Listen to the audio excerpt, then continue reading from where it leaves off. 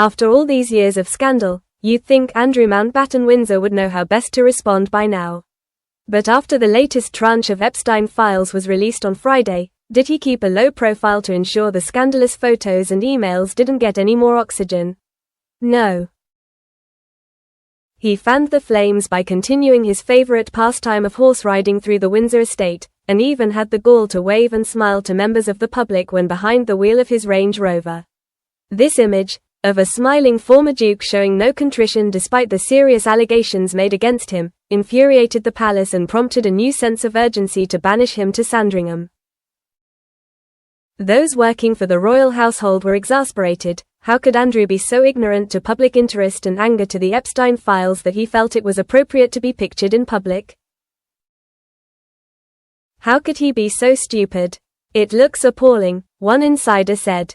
But another simply rolled their eyes and said his lack of humility isn't surprising, suggesting that even now, Andrew struggles to grasp the severity of the situation. But unlike during previous chapters of the Siege of Royal Lodge, there were no rows between Andrew and his brother, the king, or the team of staffers representing him, as the disgraced former prince had no choice but to relent to pressure. The move was only brought forward by just over a week, so there wasn't much Andrew could do. Now, he prepares for a new life in royal exile, away from the rest of the royal family and prying eyes. It is hoped he will hunker down at his late father's former home and avoid being snapped on his brief trips to Royal Lodge to gather up the remainder of his belongings.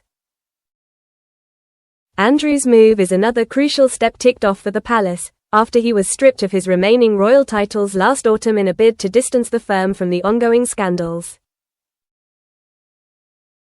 It is hoped that another example of firm action will help bring the story to an end and move the focus back onto the working members, whose only option is to keep calm and carry on.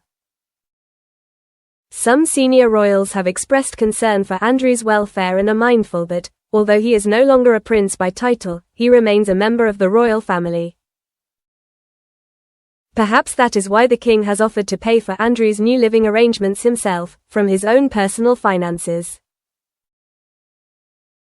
But there is no denying that it is a scandal that just isn't going away. The palace and the king have taken action. However, it won't be enough to stop new Epstein revelations from haunting Andrew and the wider family.